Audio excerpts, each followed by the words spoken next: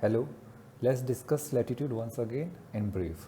So, till now we have discussed how to find the latitude. So, for example, any point is given P and we have to find its latitude. So, what we usually do? We take its angular distance. So, we join the point P that is on the surface of the earth to center of the earth, and it will be meeting, this line will be meeting at the center of the earth on the equatorial plane. So, whatever angle it makes with the equatorial plane, that angle will be its latitude. For example, it is 10 degree, so it will be 10 degree. Now, since it lies in the northern hemisphere, we call it is 10 degree north, towards north. So, this is how we find the latitude. Now, and we have defined latitude. What is latitude? It is the angular distance. The angular distance of a point on the earth's surface. On the earth's surface. These are imaginary lines on the earth's surface. On the earth's surface, measured in degrees. In degrees from the center of the earth, as we have shown in the figure. Now see here, this is 10 degree. If we join all the points which are having 10 degree latitude, that is angular distance, which are at a distance of 10 degree, having the angular distance of 10 degree, they will form one circle on the earth surface, and this circle will be parallel to the equator, to the equator. So it is a parallel. The latitudes are parallels. So these latitudes will be parallel to the equator. And how we have defined the equator? The equator which lies midway. The equator lies midway between the poles. Between both the poles, the equator lies midway. The equator divides the earth into two equal halves. Now, therefore, these lines are called, for example, 10 degree, again 20, 30 we can have, or at an interval of 1 degree we can have. 1 degree, 2 degree, 3 degree, 4, 5, 6, like this up to 90 degrees. Similarly, in the southern hemisphere as well, 1 degree, 2 degree, 3 degree up to 90 degree. So, there can be 90 in the northern hemisphere, 90 in the southern hemisphere. So, we can find the location in terms of latitude. We can find the position of any object or any place in terms of the latitude. Longitudes we will discuss afterwards. So, in terms of latitude, we can find the location, but for more accurate location, we can divide each degree. We can divide, for example, this is 1 degree. We can further divide it into minutes. So, 1 degree, it will be equal to 60 minutes.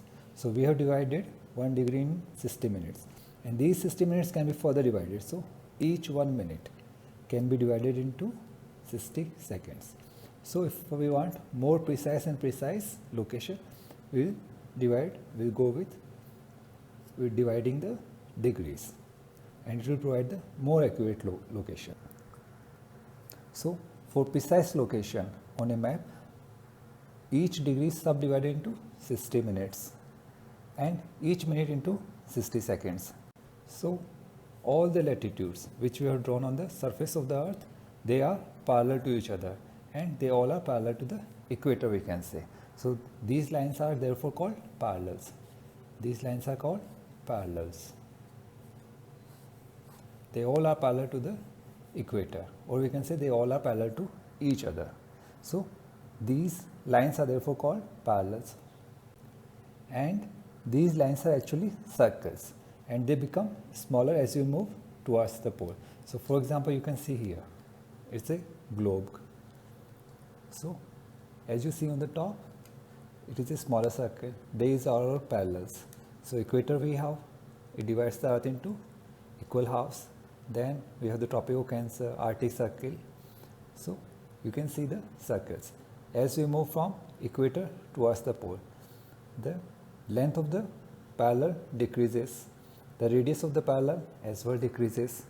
So these circles keeps on becoming smaller and smaller as we move from equator towards the pole. So the equator represents 0 degree, the pole represents 90 degree, and in between we have different degrees. For example, tropical Cancer, it is at 23 degree and half, 23 and a half degree. Arctic Circle 66 and a half degree. North Pole, it is at 90 degree.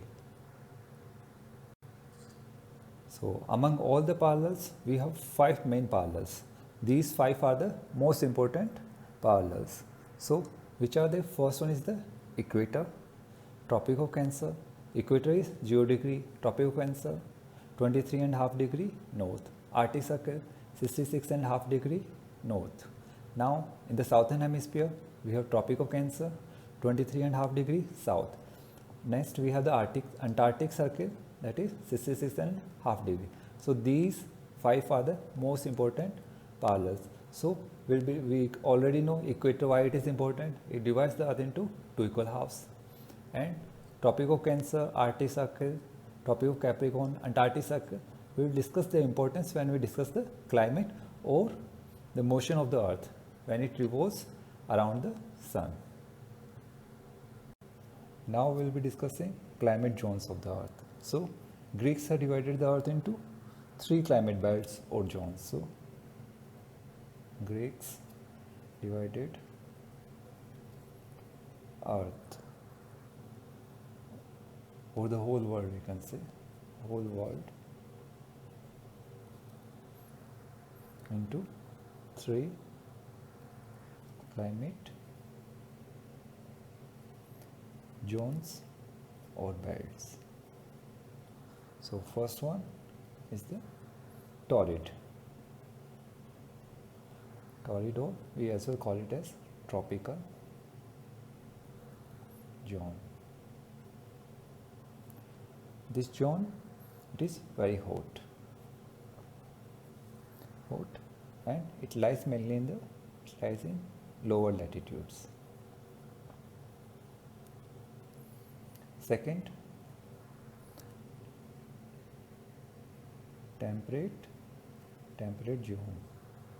So here we have moderate conditions, moderate climate, favorable climate, moderate climate.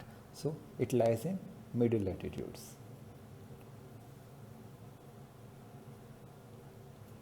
Third, frigid zone, very cold, and it lies in higher latitudes. Or we can say polar or subpolar latitudes. Now see here. So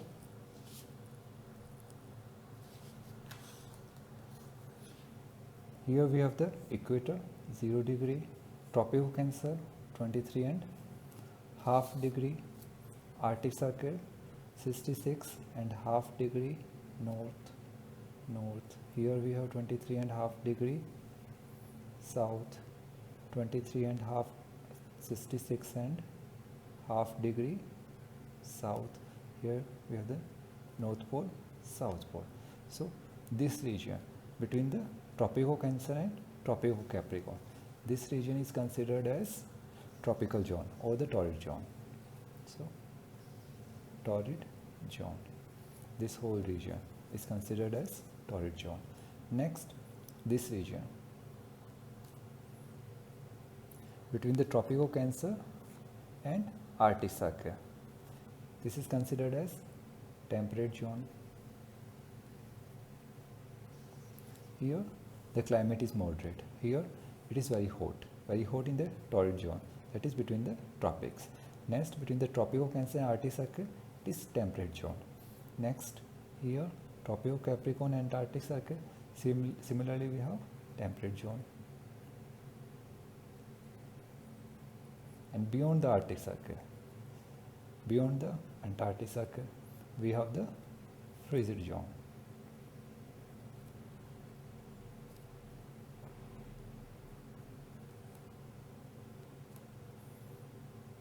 So here very cold, so very hot in the torrid zone.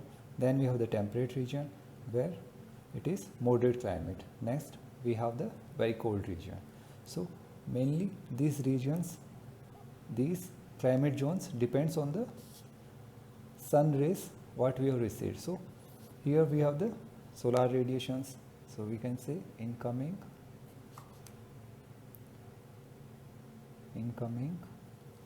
solar radiations, or we call them insolation. Incoming solar radiation, we call them insolation. So from the sun we are getting heat and light. So as you see, for example, as you see here they are falling vertically and less amount of atmosphere they have to cover. So more heat will be falling on the between the tropics. Almost vertically they are falling and more heat they are falling. So very large amount of heat is concentrated in a very smaller area. So this is very hot area. Next, as we see, as we move from the equator, the rays of the sun are getting slanting. They are becoming oblique rays. So they have to cover more atmosphere. So most of the heat get absorbed by the atmosphere impurities or the water vapor. So less amount of heat reaches the Earth's surface as we move from equator towards the North Pole. So here less amount of heat is reaching the Earth's surface, as well the rays are slant. So this less amount of heat, it get distributed over more area, and as we move towards the pole, this heat, it is distributing over more and more area. So here we have the colder conditions. And now let us discuss with the example of Earth's revolution around the sun. So for example, this is Earth orbit. So Earth is revolving around the sun. So for consider this as the Earth. So as we know, Earth axis is inclined at an angle. It is inclined at an angle, and this is one of the reasons for the formation of the seasons. So seasons are formed, and what all can be reasons for the seasons? First, the spherical shape of the Earth. Spherical shape of the Earth, because of it, different regions get different amount of heat from the sun. Different solar radiations the Earth is getting. So seasons, first is the reason for seasons, or for the formation of the climate. Spherical shape of Earth, such a PE. Second, the revolution around the sun.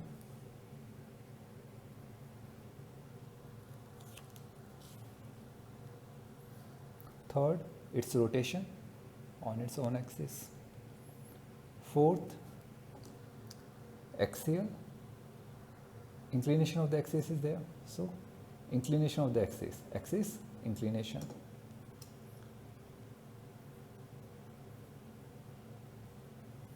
Of axis. The axis of the Earth is inclined at an angle of 66.5 degree to the elliptic plane. Elliptic plane, the plane in which the Earth orbits around the sun or revolves around the sun. So consider this as one plane. So this axis is making at an angle of 66.5 degree with the surface, with the elliptical plane. So now with the vertical, it will be inclined at 23.5 degree. So with the vertical, this axis is making 23.5 degree. This is the vertical, this is the axis. So with the vertical, it is making 23.5 degree. So inclination of the axis. Next is axial parallelism. So this will be discussing as we discuss its orbit, its revolution around the sun. So as we have discussed the axis of the Earth, it is inclined at an angle of 66.5 degree to the elliptical plane. This plane of the paper is the elliptical plane, as Earth is revolving around the sun on this plane. So Earth orbit lies on this plane. So it is making an angle of 66.5 degree. Now see here, because of this inclination of the earth, we are having different seasons as well.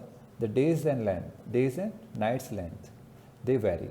So we have the different length of the day and night throughout the year, they are varying. Now for example, if the axis were perpendicular to the plane, so if the axis would have been perpendicular, then all parts on this globe would have equal days and night at all times of the year, but we know it is not so. Now for example, let us consider our earth be positioned here. Let the date be December 22nd. So on December 22nd, the earth would be like this. So here, see here, on June 21st, the earth was like this. So it is revolving in this position. So the axis always remains parallel. This axis, this axis, this axis, this axis, they all are parallel. We call this as axial parallelism. The orientation of the axis with the plane always remains at the 66.5 degree. It doesn't change. The orientation doesn't change. So on 22nd December, earth will be positioned like this. So rays are coming from this side and earth will be positioned like this. So you can see here, the earth rays will be falling vertically on the Tropic of Capricorn. So, or we can take this diagram. These are the rays of the sun and they are falling on the earth. Earth is inclined at an angle of 23.5 degree. Now you can see here, these rays are falling vertically on the Tropic of Cancer. They are falling vertically on the Tropic of Cancer. And as we go northward, so in the northern hemisphere, in winter, as we go northwards, so in northern hemisphere, we will be having the winter at this time in December on 22nd. The rays are perpendicular. They are falling overhead on the Tropic of Capricorn. So they are falling overhead on the Tropic of Capricorn. Now in the northern hemisphere, in winter, as we go northward, the hours of darkness steadily increase. The hours of darkness is increasing, and at the Arctic Circle, this is the Arctic Circle. At the Arctic Circle, the sun never rises. So on 22nd December, at the Arctic Circle, the sun never rises. So on this circle, there is complete darkness for the whole day. There is complete darkness of the whole day in mid-December, that is on 22nd December. So beyond the Arctic Circle, beyond this, so beyond the Arctic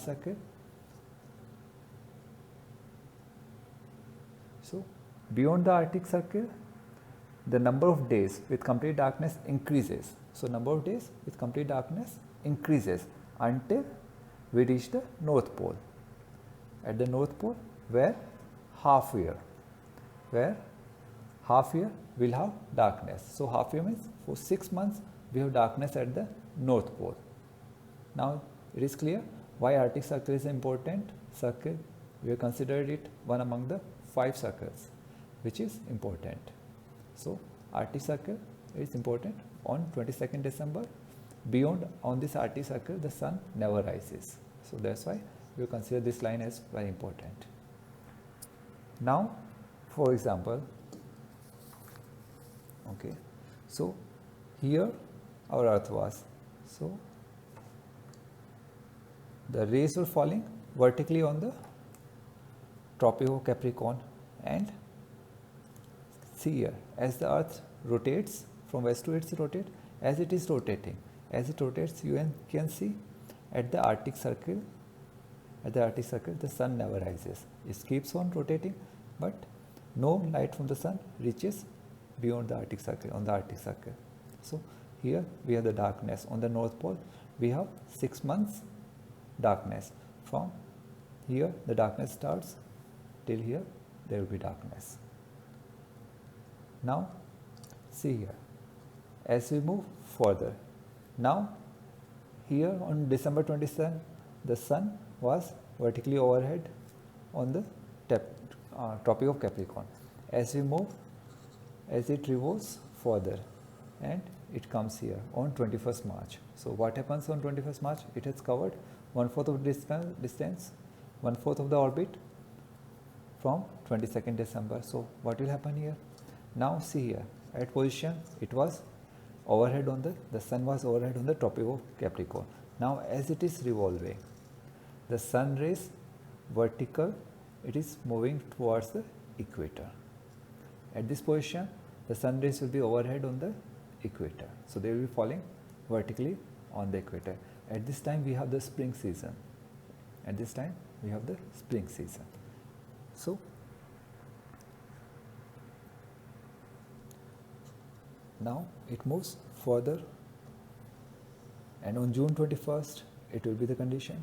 So on June 21st the rays will be falling vertically on Cancer. So how it moved? For example, this is our Earth, this is equator, Tropic of Cancer, this is equator, Tropic of Capricorn. So first on 22nd December the rays were vertical here. After this, sun never lies overhead, that is, we never get the vertical rays of the sun. So this is the limit. The tropics are the limit for the vertical rays of the sun. So Tropic of Cancer and Tropic of Capricorn, they decides the limit of the vertical rays of the sun. Further, we never get the vertical rays. So on 22nd December, the rays were vertical on the Tropic of Capricorn. As we are moving towards 21st March, so rays will be vertical, will be here, here, here. On 21st March, they will be vertical on the equator. Now, as we move further, the rays will be vertical here, here, here, and there. And then on 21st June, they will be vertical on Tropic of Capricorn. So it moves like this, here, here. So they are falling vertically on the equator. Now here. So now they will be falling vertical on the Tropic of Cancer. Here is the Tropic of Cancer, you can see. They will be falling vertically on the Tropic of Cancer. Or we can consider this diagram. See here. So how it is behaving.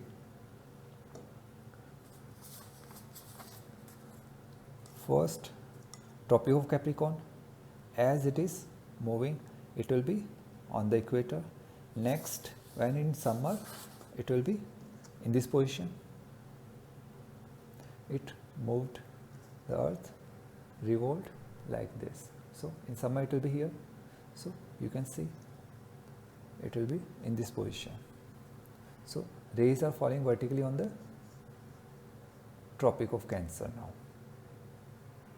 The rays are falling vertically on the Tropic of Cancer. So in the summer, that is the June conditions. The conditions are exactly reversed as it were on 22nd December. So here the condition exactly reversed in the northern hemisphere. So now we have the summer season. So we will be having the summer seasons here. So in the summer, the conditions are exactly reversed. So daytime increases as we move towards the pole. Daytime increases as we move towards the pole. Now at the Arctic Circle, what happens at the Arctic Circle? So at the Arctic Circle, the sun never sets. The sun never sets at midsummer, that is on 21st June, it never sets in the Arctic Circle. And we call this circle Arctic Circle, we refer this Arctic Circle as land of midnight sun. We refer this Arctic Circle as land of midnight sun. So at the North Pole, there will be 6 months of continuous light, or daylight we call. So 6 months, if the earth rotates like this, day and night are formed, but we are getting continuous light on the Arctic Circle. So 6 months, daylight will be there. So if you consider this one, here from this position to this position, 6 months daylight in the Arctic Circle. Here it was the darkness in the Arctic Circle. 6 months darkness, 6 months daylight in the Arctic Circle. And here 6 months in the Antarctic Circle, we have the daylight. Here darkness. So conditions are reversed in the circles. So now we have discussed how the earth revolves around the sun, and we have as well discussed how the climates are formed, how the seasons are formed, and as well we have discussed the importance of these 5 lines. So in climate we have discussed the importance of Arctic Circle, Tropic of Cancer, Tropic of Capricorn, Antarctic Circle, Equator. We have discussed them all. Now in next lecture we will be discussing to determine the latitude. So to determine the latitude, how to determine the latitude? By observing the pole star or the midday sun. That we will discuss in next lecture.